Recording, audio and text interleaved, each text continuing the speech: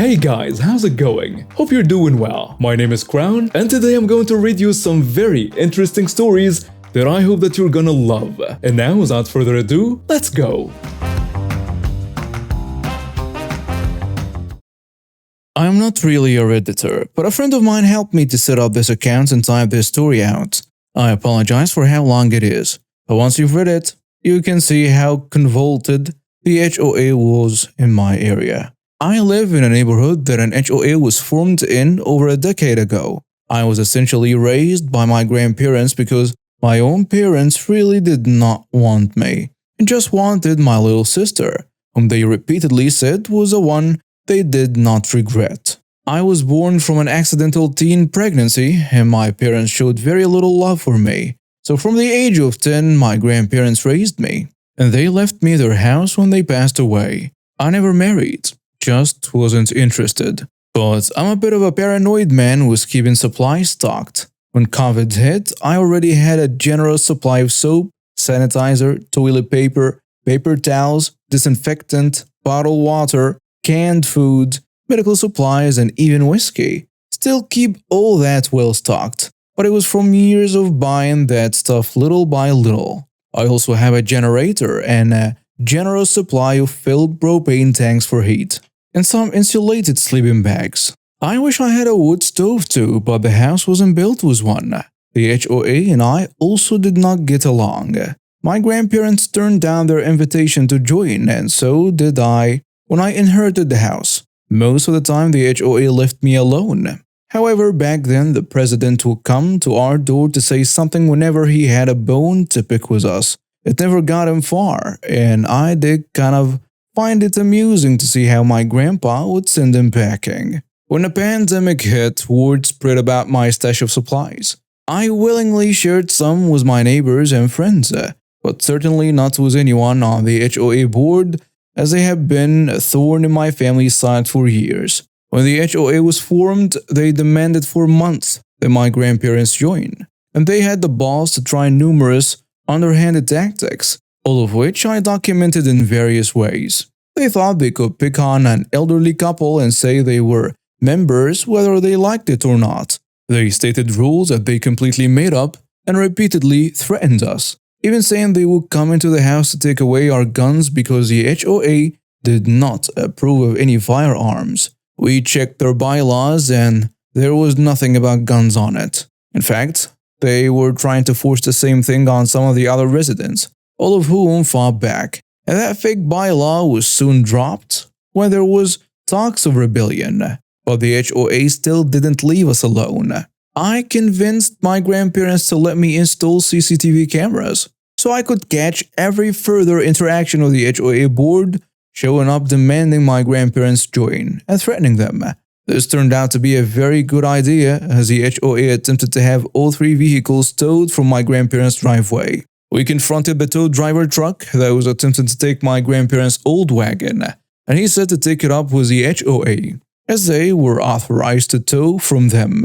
When we told him that our house was not a part of the HOA, the driver didn't care and took the car anyway. We called the police to get the car back, and the police had to talk to the HOA board, who were forced to admit being in the wrong as they were all sniveling cowards. The police then had some words with the tow company, and they brought the car back free of charge. The tow driver glared at us after he put the wagon back, and he never returned.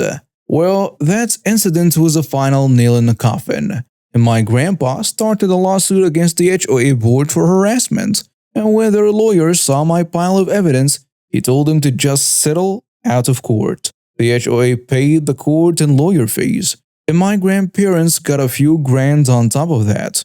From then on, the HOA board stayed far away from us, but there was obvious animosity. They even tried to get our neighbors to shun us, which did not work out. When I inherited the house from my grandparents, the HOA already knew me well and didn't really bother to try and pull the same stunts of harassment they had before with my grandparents. But they did try once to emphatically suggest I join, but I told them to kick rocks and I'll leave them alone if they leave me alone. If not, they were free to answer to my 12-gauge and police. As I'm not the type of person to hesitate in defending myself or calling the cops so the HOA starts making trouble with me. I would also have no problem suing for harassment like my grandparents did. It was clear to them that leaving me alone for the moment was a better choice. So that was supposed to be the last time I had any trouble with them, at least until the incident a couple years later that I'm about to describe. As supplies became available again in late 2020, I replenished my stock. However, the 2021 January ice storm hit my area hard, and we were without power for over a week in the dead of the winter, and I was the only person in the neighborhood properly prepared for it. I had some neighbors with generators, but many of them ran out of gas to generate power within a few days. My generator wasn't enough to power my whole house. Just key things like my fridge, breather, microwave, and a few other necessities. I kept my house warm with propane. I had battery-powered lighting, plenty of books to read, portable DVD players, my laptop, and I had a large number of filled propane tanks in a variety of sizes at the ready to keep warm with. So I was okay. My neighbors not so much though. No one could drive anywhere.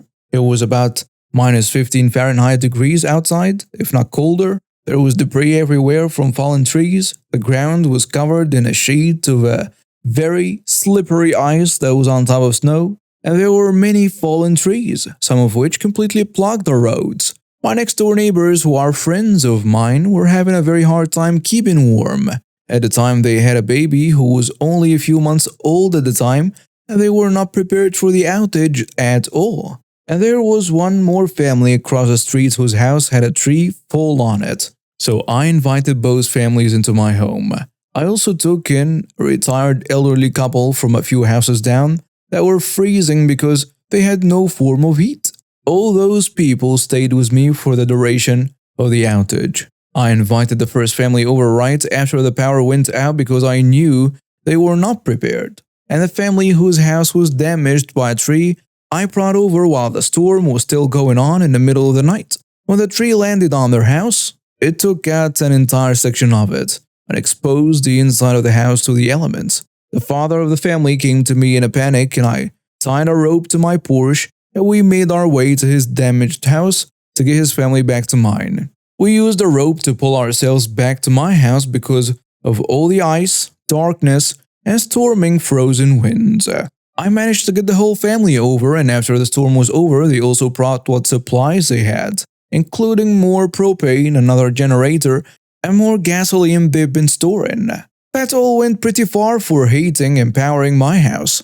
I had more than enough supplies for all of us, and collectively we had a myriad of electronic devices to use, many of which were rechargeable. But I had a lot of batteries for those that weren't, and those were great at keeping kids entertained.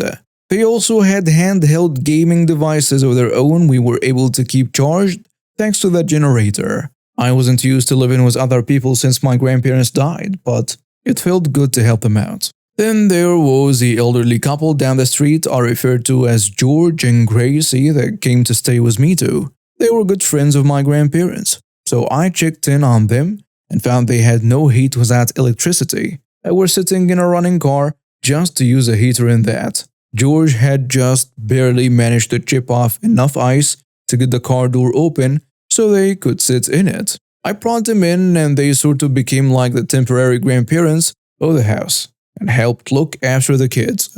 The HOA board, though, was somewhat aware of my supplies. They could easily see my house was thriving during the outage. So they came over in a group to talk to me on the second day of the outage. They had some idea of having everyone in the HOA board go stay in one building.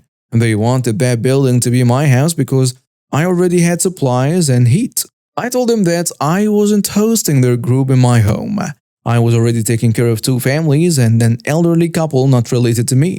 And that was enough. I got a lecture on being neighborly from them, but I just lectured them back that I had made my decision and to look for somewhere else to bundle up. And besides that, I clearly did not trust them for obvious reasons, and they were the last people in the neighborhood I'd let into my home. Then I shut my door in their faces. If I had hosted all of those entitled people and their families, my house would have been beyond crowded, and all of my supplies would have been taken from me. In situations like those, people will resort to taking and calling it sharing. I wasn't about to risk that, but I did still hand out water and sanitizer to neighbors that came by. The HOA board wasn't done with me though. On the third day of the outage, they crowded my house, with their families demanding to be allowed entry into my home. I told them that I had no room and to leave me alone. The HOA board didn't take no for an answer though and tried to force their way in. But I am not a small man. I knocked their leader right down and off my porch and told him that if they tried that again, I'd make sure to notify police later. I was then backed up by the other men not taken in, and they were armed. The HOA president yelled at me that they were all freezing and needed entry, but I was already hosting 10 people in my house and giving out supplies to neighbors. I wasn't going to take on any more. Then I told the HOA board to leave or I'd be getting my shotgun. Well, after they left, the two dads, George and I, had a bit of a meeting and decided we needed to take turns keeping watch. I referred to the dads as Dad 1 and the other as Dad 2, in the order in which I invited them over. And George is, well, George of course. For an old man in his 70s, he had some strength and grit to him like a man 20 years younger. We all agreed there was no way those a-holes of the HOA board would take this all laying down. At times like this, men will become animals to get what they want. So we started taking shifts, guarding the house and supplies. I slept on my couch with my 12 gauge next to me. And on that very night, I got woken up by Dad 2, who was currently on watch yelling for me. I came running into the garage to find Dad 2 against the garage door and holding it shut. He said there were people outside trying to force it open. It was right about that moment we heard a very loud gunshot. It turned out to be George at my back door. He grabbed his own shotgun that he brought from his house and fired it into the air outside when he caught two men in my backyard trying to get in through the door. Dad 1 woke up and came running out to help, and we all ran into the backyard. We found my side gates had been forced open. The old latch had been broken.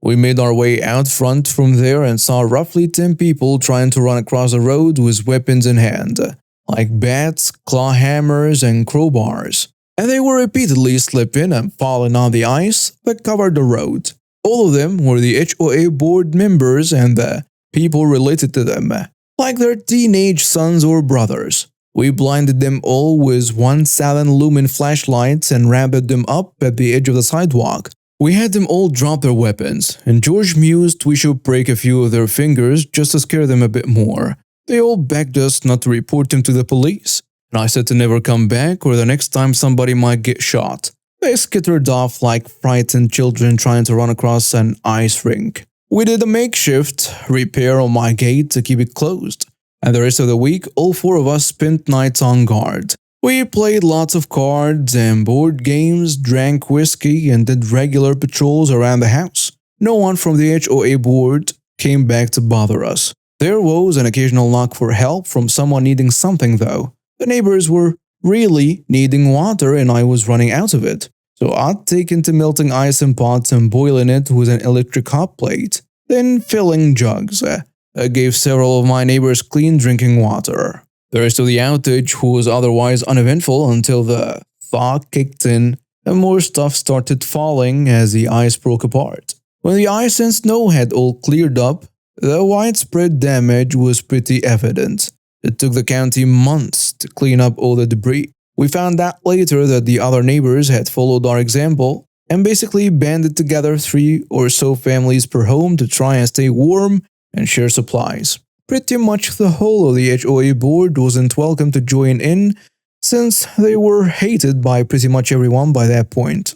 So they all had to band together in the one house they owned that had a wood-burning stove. And they burned pretty much anything they could get their hands on, some of which they took from neighbors. There was evidence of repeated thefts and vandalism all over the neighborhood, and the key suspects were the HOA board and their families. But none of the neighbors could prove it was them. My CCTV was off due to the power being out, but we made sure all our neighbors knew we caught the HOA board trying to break into my house.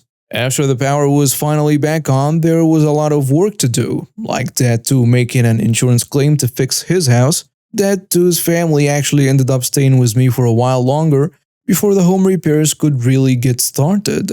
George and Gracie's old house suffered a few broken pipes due to the freezing cold, but George is a retired plumber, so he handled it.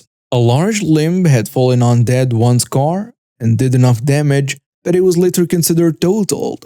I didn't really have any time to help any of them out much, as I had to go back to work a couple days after the power was back on, and I was kept very busy for a while. Being sick of the HOA board, the bulk of the neighborhood filed in February to have an emergency HOA meeting, and in said meeting they wanted the entire board to resign. They refused to step down and residents had to get lawyers involved. It did go to court, and the HOA itself was found to be violating the law several ways and embezzling funds. The entire HOA was shut down pending a full investigation. At first, it was just a temporary shutdown, and then it became permanent. All of the former board members have left the neighborhood, and I ended up making some great friends with Dad 1 and Dad 2, and we're regular backyard drinking buddies now. I pay a visit to George and Gracie now and then too. They have all taken to keeping supplies like I have as well, just in case this sort of thing ever happens again.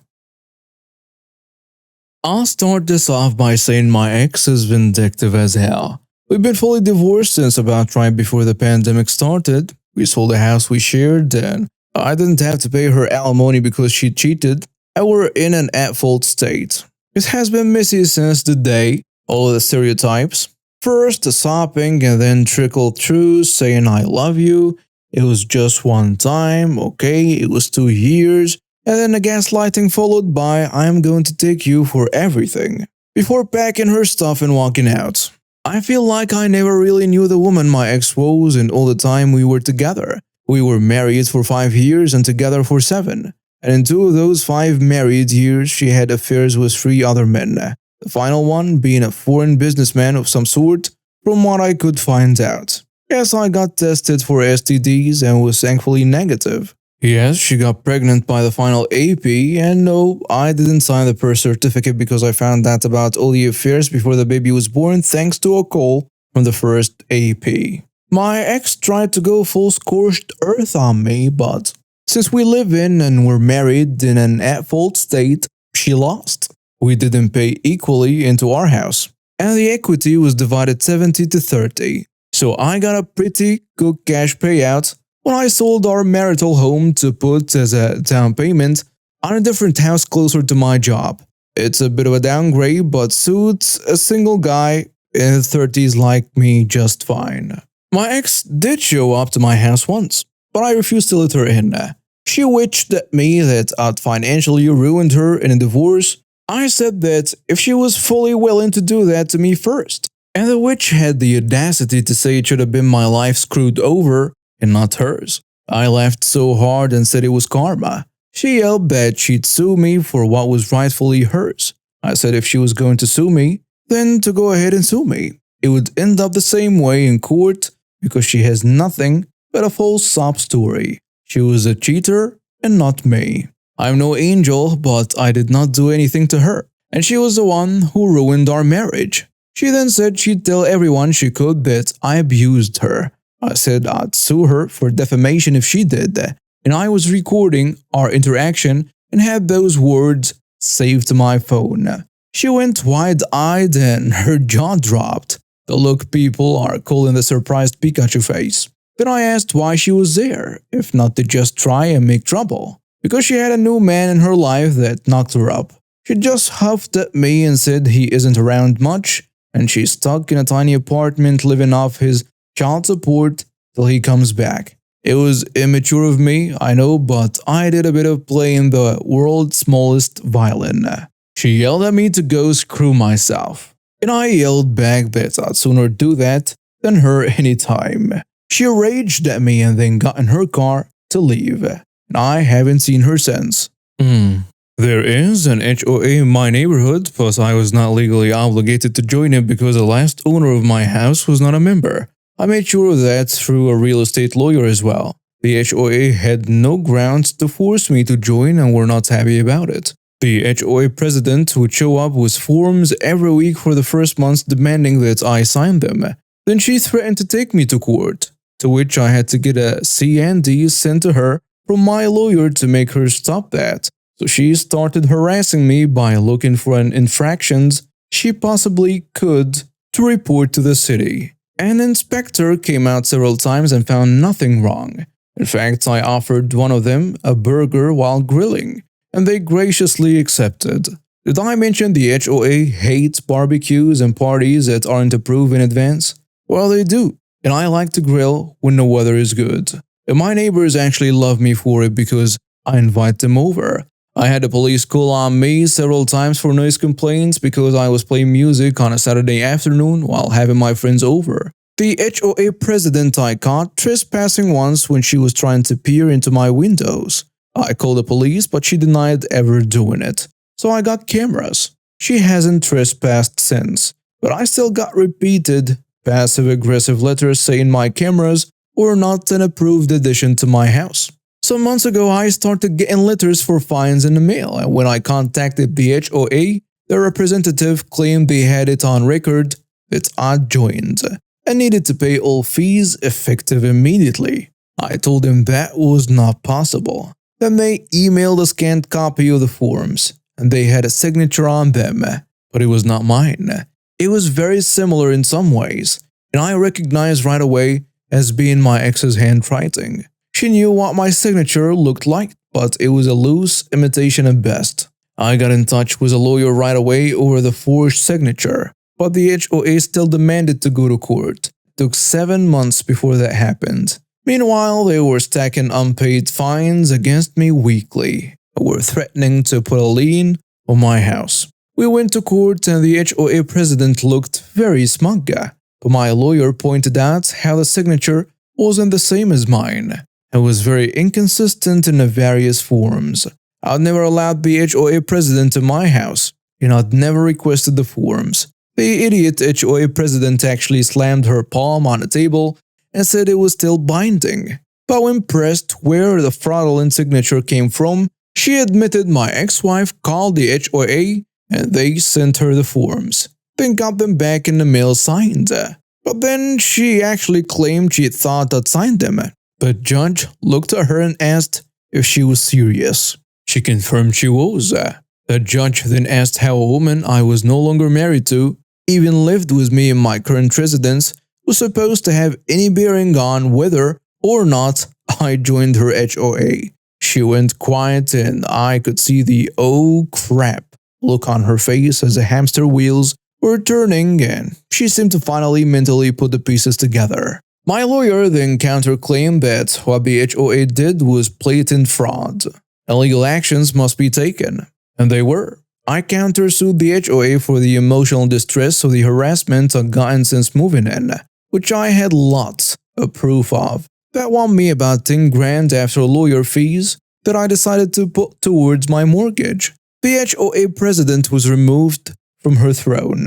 I'd like to think she was kicking and screaming. She was also slapped with a hefty fine. I've seen her outside a few times and she always looks at me like I'm the devil. The HOA itself had to pay all of my legal fees too. I wanted to go after my ex for forging my signature but can't because not long after she forged my signature on those forms, she apparently left the country to be with her third AAP. She's somewhere in Europe from what I can see of the final posts on her Facebook before she disappeared.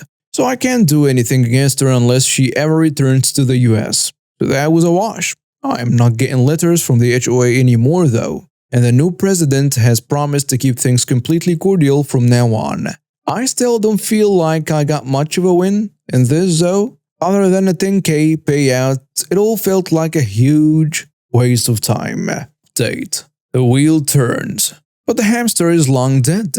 That's the best way to describe the stupidity of my ex-wife and her parents. My ex was dumb enough to come back to the US even though there were fraud charges waiting for her here. Since I posted some time ago about my ex-wife, I feel I owe it to everyone here to provide an update. So, to give a quick recap, I posted a couple of years ago about how my ex forged my signature on HOA forms to try and screw me over for divorcing her. And then she ran off to Europe to avoid charges before I had a chance to file them. Even her social media went dark, so I figured she'd left for good.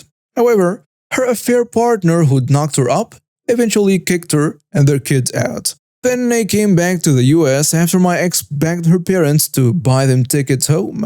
I guess the AP just wanted her as a side piece that he could toss out like a used doll once he was done with her. I kinda don't blame him for kicking her out because she's evil, but at the same time he booted out his own kid too. If that's what he intended to do from the start, then he's just one of the worst kinds of people. The frog case was obviously still open against my wife. The frog case was obviously still open against my ex, and she got arrested not long after coming back into the country because her passport was flagged, and police were there to arrest her on landing. When I finally saw her in court, she looked very different. She put on weight, she couldn't dye her hair or cake her face and makeup anymore, and there was just this aura of defeat about her. Not long after she was arrested, her parents showed up at my house and pleaded with me to drop any charges I could, and then even had the audacity to ask me to take my ex back. Of course I refused, but it was in one ear and out the other with him. I visited my ex at jail only once because her parents hounded me for weeks, and she put on the same kind of pitiful I love you, feel sorry for me act as when I first confronted her with evidence of her infidelity. I told her she couldn't be serious after the crap she pulled. She never loved me. She cheated on me with 3 men that I knew of, and possibly more. She got pregnant by another man and had no remorse about how she had destroyed our marriage. Then she maliciously tried to defame me, and she illegally signed me up for an HOA by forging my signature. And for the cherry on top, she ran away to another country like the pathetic cowardly witch she is. And she somehow hoped I would take her back after all of that. Well, that was enough to make her see that she had zero chance of manipulating me. Even if hell froze over, I'd not take this woman back in any way. Her parents also couldn't really argue with my reasoning, other than repeatedly saying that she's their only daughter and the mother of their only grandchild. Her mother kept crying that my ex could change. I said she could change without me. I am done with her. Then they tried the stupidest thing yet. They told me my ex and I were still married in the eyes of God, and that I have to help her because it's the Christian thing to do. I asked him what the Bible said about infidelity if they were going to bring religion into it, and then they shut up.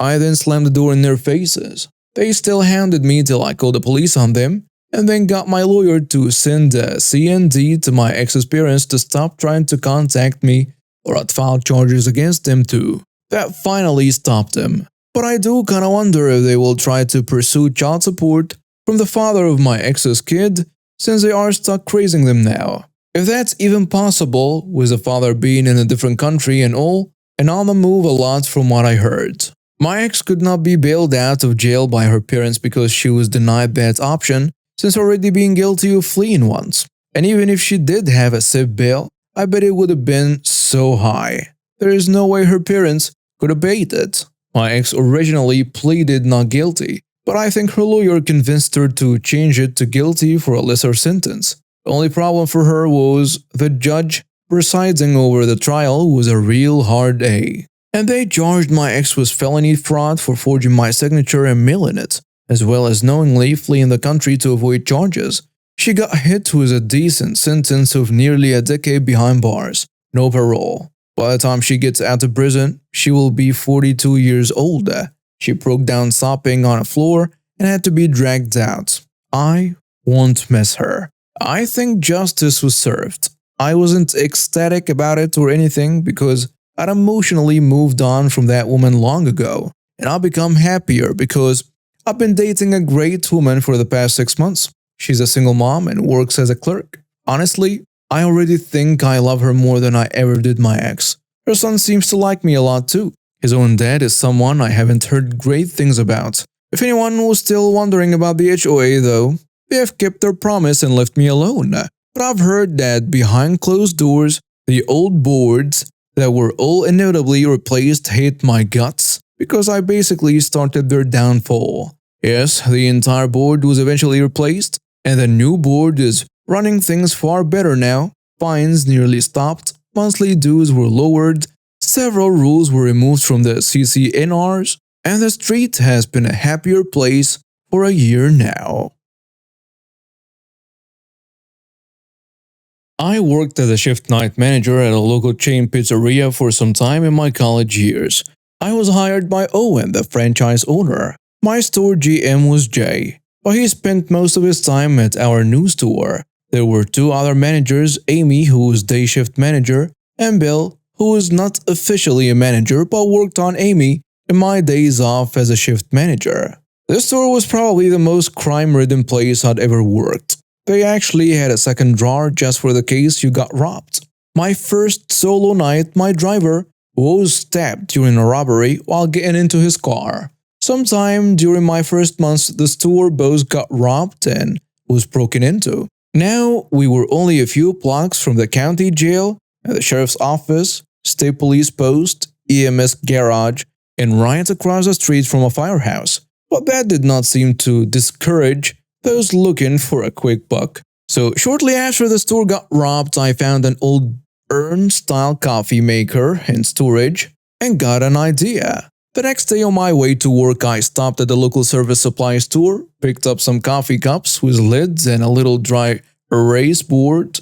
And mind you, I didn't have purchasing abilities yet, just picked it out of my own pocket. I got to work, set it all up and wrote on a sign, police, fire, EMS, help yourself. The first couple days had no takers, but I did sell a couple cups for a few cents. It might have been a week when someone broke into one of the other businesses in a strip mall. Of course, the officers came in asking if we'd seen anything, then helped themselves to a cup of coffee. From then on, we almost always had at least one officer either in a store or parked in the lots out front. And suddenly, we no longer had a bunch of crime at the store. Not only that, but they were coming in, ordering food, sales across the board shot up, and it was a win-win in my book. Amy and Belle have both adopted the free coffee policy, and we all took turns restocking the coffee supply since Jay barely added anything extra to the automatic order as it was.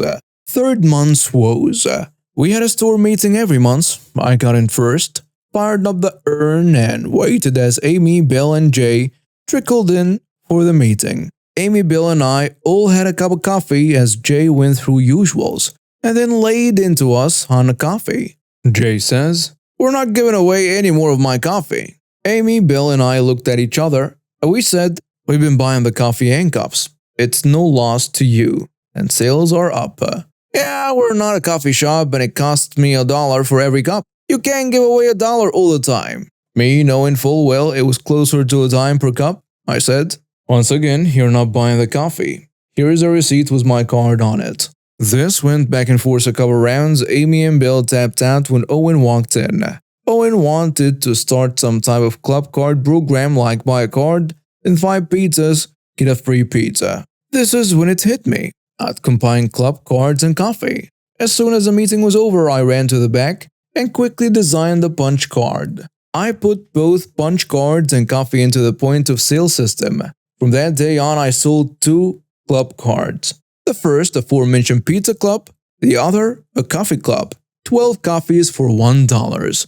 I also put up a Buy a Hero, a coffee club cup, where customers could drop $1 in for the next fire, EMS, or police officer to get a card.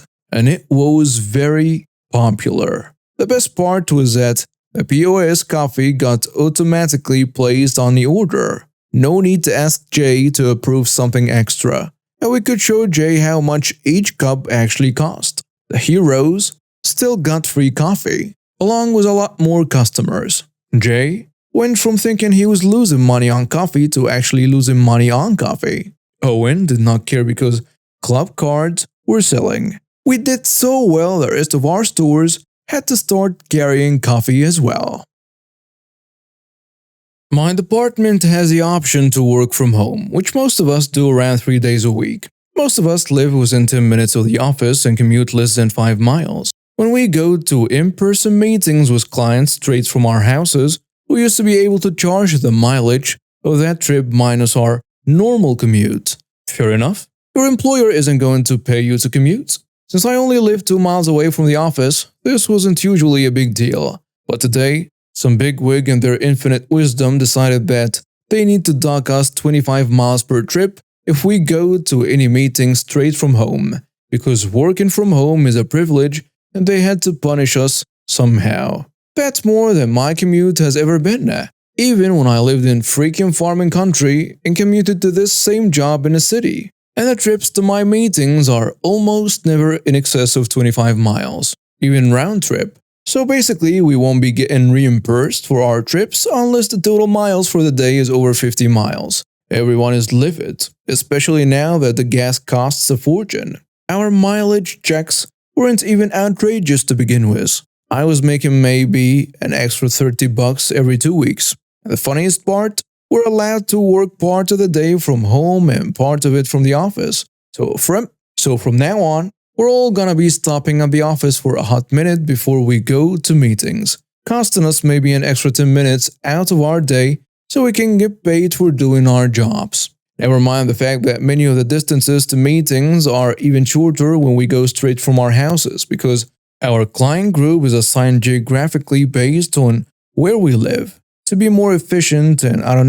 save on mileage. My entire office, including my boss and even the department head, are in on this malicious compliance, and it's gonna be glorious. Corporate wasn't happy to save 2 miles off a trip? Okay, well now I get to charge the full distance of my trip as stupidity tax. And now we have reached the end of today's stories. Thank you for watching and see you next time.